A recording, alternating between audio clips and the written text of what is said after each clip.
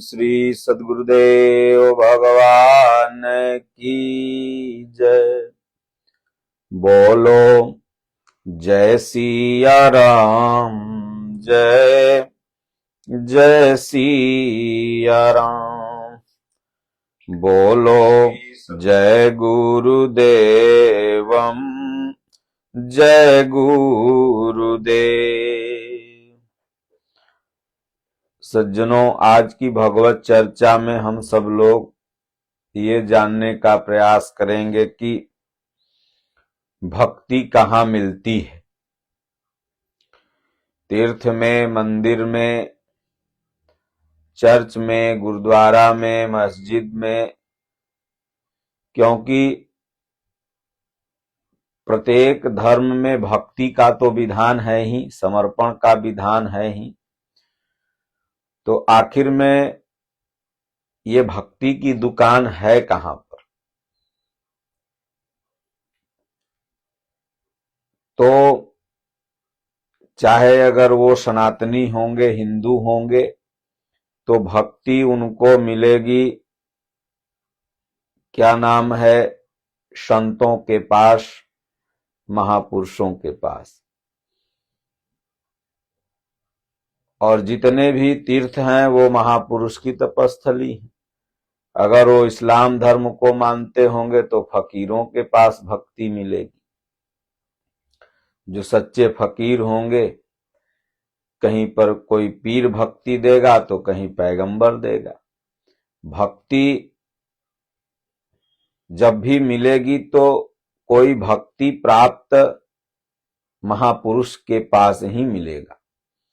इसलिए कबीर साहब ने कहा कि संतों भक्ति सदगुरु आनी।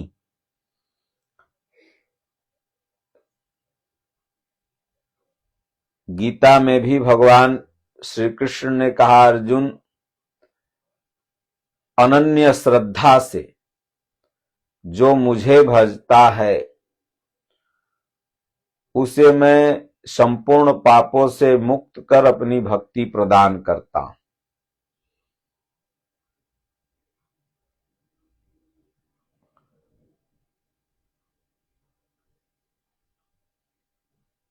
श्री रामचरित मानस में गोस्वामी तुलसीदास जी ने यूं तो भक्ति पर कई दोहे चौपाई लिखे हैं, श्लोक लिखे हैं, पंक्तियां लिखी हैं, उसका अर्थ बताए हैं। लेकिन एक प्रसंग माता सबरी का है। अगर आप सत्संग में बने रहेंगे तो आप इस पूरे सत्संग से ये समझ जाएंगे कि भक्ति कहां से आती है, भक्ति मिलेगी कैसे। तो गोस्वामी तुलसीदास जी प्रभु श्री रामचंद्र जी के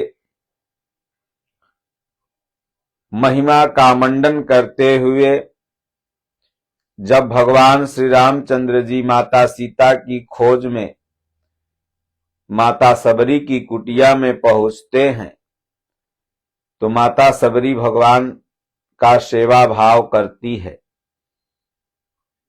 भगवान जूठे बैर भी खाते हैं माता सबरी का। उसके बाद माता सबरी कहती है, भगवान हमें भक्ति का उपदेश दीजिए।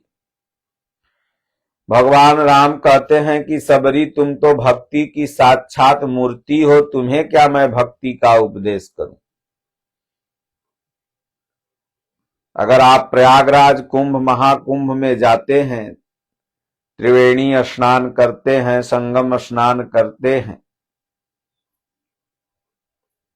तो भक्ति आपको वहीं मिलेगी, क्योंकि वहां पर कई तरह के संत आते हैं, उनमें सद्गुरु भी आते हैं, महापुरुष भी आते हैं। सिर्फ सद्गुरु की टाइटल लगाने वाला नहीं, बल्कि वास्तविक सद्गुरु। और जितने भी संत हैं सब पूजनीय हैं, क्योंकि संत बेस ही पवित्र है, पूजनीय है। सबसे आपको कुछ न कुछ सीखने को मिलेगा। पूज्य दादा गुरु महाराज हमारे कहा करते थे कि हो हम कई जन्मों से साधु हैं, 7 जन्मों से साधु हैं। कुछ एक जन्म में तो बभूति लगाए वेश बनाए, कुछ एक जन्म में साधना अच्छी जागृत थी, और लास्ट जन्म में पार लग चला था, लेकिन कुछ इच्छाएं थी, भगवान ने उसे दिखा सुना के फिर साधु बना दिया। फिर दादा गुरु महाराज कुछ ही समय की साधना अवधि में जीवन मुक्त भी हो गए। तो इसलिए कोई भी श्रेणी हो, संत सदैव सम्मानित हैं, पूजनीय हैं। हाँ, जो दुर्गुणी व्यक्ति हैं उन्हें चाहिए कि वो संत का चोला धारण कर कोई भिखमंगई न करें महाकुंभ में, क्योंकि वहां जितने भी संत आए हैं वो देने के लिए आए हैं, भीख मांगने के लिए नहीं आए। वहां जो भी सदगृहस्थ पहुंचते हैं, जो भी भक्त पहुंचते हैं, उन्हें संत देते हैं। दादा गुरु महाराज कहें, हो असिला दानी तो मैं हूं, जो भक्ति देता हूं। तो भक्ति जो प्रदान करता है वही असिला दानी है। इसलिए भगवान श्री राम कहते हैं कि सबरी तुम तो भक्ति की साक्षात प्रतिमूर्ति हो, लेकिन तुमने जगत के हित के लिए अगर ये प्रश्न किया है तो मैं तुम्हें अवश्य भक्ति का उपदेश करूंगा। और भगवान श्री राम नवधा भक्ति का उपदेश करते हैं। नवधा भक्ति पाने वाले सनातन धर्म में 2 ही भक्त हैं, एक माता सबरी जो प्रभु श्री राम जी की कृपा से प्राप्त करती हैं, और दूसरा वीर बजरंगबली, कलयुग के जो साक्षात देवता माने जाते हैं, हनुमान जी। हनुमान जी माता सीता की कृपा से नवधा भक्ति पाते हैं। सुंदर कांड में आया है कि भगवान की धर्म पत्नी माता सीता हनुमान जी को आशीर्वाद देती हैं कि अष्ट सिद्धि नवनिधि के दाता, असबर दीन जानकी माता, नवधा भक्ति प्रदान की। तो प्रथम भक्ति कहां से प्रारंभ होती है? संतों के संगत से। दुनिया में जितने भी भक्त हैं आप विचार करिए, चाहे पूर्व के हों, चाहे अभी, चाहे वर्तमान में अभी भक्ति कर रहे हैं, कहीं न कहीं से आपके दिल में आप मंदिर गए होंगे, आश्रम गए होंगे, तीर्थ गए होंगे, या किसी महात्मा को किताब में आपने पढ़ा होगा, किसी महात्मा की जीवनी पढ़ी होगी, या मोबाइल में या टीवी में आपने किसी महात्मा के बारे में सुना होगा, या आपके दादा दादी माता पिता महात्मा जैसा व्यवहार करते रहे होंगे, आप उन्हीं से प्रेरित होकर के भक्ति पथ में लगे। लेकिन आप कहीं न कहीं से यहीं से प्रेरणा प्राप्त करते हैं। इसलिए मानस में बाबा तुलसीदास जी ने बड़ा सुंदर ढंग से यहां भक्ति का चित्रण किया, और यही गीता कहती है, यही सब। इसलिए सभी धर्म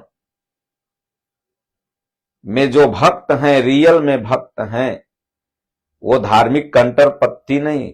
हर धर्म में धार्मिक कट्टरपंथी होते हैं, कट्टरपंथी होते हैं, जो लड़ाते हैं आपस में एक दूसरे को, वो भक्त नहीं हो सकते। तो उन लोगों की बात नहीं, लेकिन जो वास्तव में भक्त हैं, जिन्हें वास्तव में भक्ति करना है, वो प्रत्येक धर्म के जो भी लोग हैं उनको भक्ति अगर मिलती है तो सद्गुरु से, महापुरुष से, संतों से। इसलिए प्रथम भगति संतन कर संगा। बहुत से लोग कह रहे हम कुंभ में क्या जाए, वहां साधु फाधु सब जुटे हुए हैं, ऐसे वैसे, लेकिन नहीं, वहीं से आपकी भक्ति का शुरुआत होगा। इसलिए जाना चाहिए, संतों का संग करना चाहिए। हर कुटिया में जाओ, हर आश्रम में जाओ, हर महात्मा के पास जाओ, जो वहां उनके पास सद्गुण हो उसे लो, उनका संग करो, उनसे प्रश्न पूछो, ज्ञान पूछो, उनसे मजाक मत करो, उनकी उपासना उपहास उनका मत उड़ाओ, उनसे कुछ ज्ञान जाके लो, संत का संग करो। प्रथम भगति संतन कर संगा, दूसरी रति मम कथा प्रसंगा। भगवान राम कहते हैं माता सबरी, भक्ति की शुरुआत ही संतों के संग से होती है, और जब संत का संग मिल जाएगा तो भगवान की कथा में तो प्रेम होना ही होना है। जहां भी राम कथा, भगवत कथा, सत्संग, हरि कीर्तन होता रहेगा, जागरण होता रहेगा, वहां अपने आप ये मन जाके भावनापूर्ण भजन सुनेगा, सत्संग सुनेगा। लेकिन कब, जब संतों की संगत करोगे तब तो रति होगी कथा में। जब तक महापुरुषों की संगत, संतों की संगत नहीं करोगे तो कथा में प्रेम होगा ही नहीं। फिर टीवी ऐसे देखते रहोगे, दूसरा न्यूज लगा दोगे, कथा हटा दोगे, स्काइप कर दोगे, तब दूसरी रति मम कथा प्रसंगा। भगवान कहते हैं तब दूसरी सीढ़ी है भक्ति की, मेरी कथा में प्रेम होगा।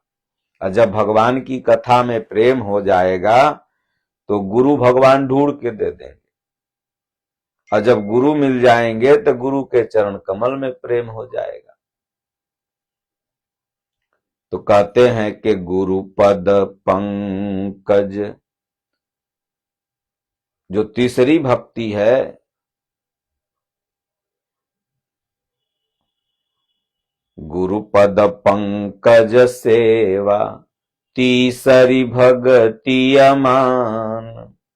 फिर गुरु महाराज का चरण ध्यान में लाना, उनके बताए हुए रास्ते पर चलना, उनके आदेशों का पालन करना, वो जो सेवा दे दें उसको निभाना, फिर ये हो जाएगी तीसरी सीढ़ी। फिर चौथी भगति मम गुण गण, करई कपट तजिगान। तब जाके चौथी भक्ति की सीढ़ी में आप पहुंचेंगे। तब देखते हैं कपट का परित्याग करके तमाम महात्मा लोग भगवान का गुणगान करते रहते हैं। दुनिया उन्हें पागल भी कहती है, कोई बाबा बोलता है, कोई अभागा कहता है, कोई कहे बाबा, कोई कहे अभागा, बातें कड़वी मीठी, कोई कहे मेरो भाग्य जगे हैं, कोई निकालत त्रुटि, सद्गुरु मोहे अजब पिलाई बूटी। कोई बाबा कहेगा, कोई अभागा कहेगा, लेकिन वो तो चौथी भगति मम गुण गण, करे कपट तजिगान। कपट का परित्याग कर वो महात्मा मस्त है अपनी भजन में। जो जैसा कहेगा उसको ऐसा मिल जाएगा, अपने ठीक हो जाएगा। आगे कहते हैं कि मंत्र जाप मम दृढ़ विश्वासा, पंचम भगति सोबेद प्रकाशा। जब संतों का संग करने लगोगे तब जो मंत्र है, ओम या राम या शिव, यही तीन महामंत्र है। इनमें से जो आप जाप कर रहे हैं उनमें दृढ़ विश्वास हो जाएगा। अभी जब शुरू में आप भक्ति करते हैं बिना संतों के संग के पहले, तो उसमें विश्वास नहीं रहता है। कभी इधर भक्ति चली गई, कभी उधर, कभी वो गुरु महाराज बोल रहे हैं वो सही, कि कभी वो देवी में शक्ति है, कभी वो देवता में शक्ति है। मन भटकते रहता है, तर्क ही तारका है, ये भटकाते रहती है। लेकिन जब संत मिल गए, सदगुरु मिल गए, नाम जप चालू हो गया तो दृढ़ विश्वास हो जाएगा। फिर लाख दुख आए, माता सबरी को दृढ़ विश्वास था गुरु महाराज के वचन कि भगवान हमारे गुरु हैं और गुरु कह के गए हैं कि भगवान मिलने आएंगे। तो बस गुरु का दिया हुआ मंत्र वही मजीरा मजीरा मजीरा मजीरा मजीरा राम जी राम जी राम जी खूब जप रही थी, राम राम राम। फूल बिछावे भगवान आए, रास्ता बदल के आए। तो मंत्र जाप मम दृढ़ विश्वासा, ध्रुव प्रहलाद, माता मीरा, सुतीक्षण जी महाराज, भगवान बुद्ध, कबीर साहब, पूज्य गुरुदेव, भगवान दादा, गुरु महाराज, जितने भी महापुरुष धरती पर हुए, दृढ़ विश्वास के साथ उस परम पावन नाम का जब जाप आप करोगे, लाख संकट आ जाए, लाख मुसीबत आ जाए, नाम न छूटे, क्योंकि भगवान बड़ी परीक्षा लेते हैं। तब दृढ़ विश्वास जब हो जाएगा तो पांचवी भक्ति की सीढ़ी में आप प्रवेश कर गए। फिर आगे कहते हैं कि छठ दमशील बिरति बहु कर्मा, निरत निरंतर सज्जन धर्मा। जब नाम जप दृढ़ विश्वास के साथ होने लगा तब उस भक्त के अंदर केवल सज्जनता आ जाती है, क्योंकि सारा विकार जो दुर्जनता का प्रतीक है वो खत्म हो गया, बस सज्जनता आ गई। और उसके बाद आठवां जथा लाभ संतोषा, सपने हूं नहीं देखूं पर दोषा। फिर दूसरे की बुराई देखने वाली दृष्टि ही खत्म हो जाती है। वो तो स्वर्ग नरक अपवर्ग समाना, जहां तहां देख धरे धनुबाना। बुरे व्यक्ति में भी वो राम जी को ही देखता है। इसी को गीता में भगवान ने कहा कि स्थित प्रज्ञ महापुरुष कुत्ता में, चांडाल में, ब्राह्मण में, गंगा में, नाला में कोई फर्क नहीं करता, उसकी दृष्टि तो समान होती है, वो भेद नहीं करता। तो आठवां जथा लाभ संतोषा, सपने हूं नहीं देखूं पर दोषा। जो भगवान की कृपा मिली वो समझ के संतोष है, धन गज धन बाज धन और रतन धन खान, जब आवे संतोष धन सब धन धूरि समान। वो संतोष हो गया उसको।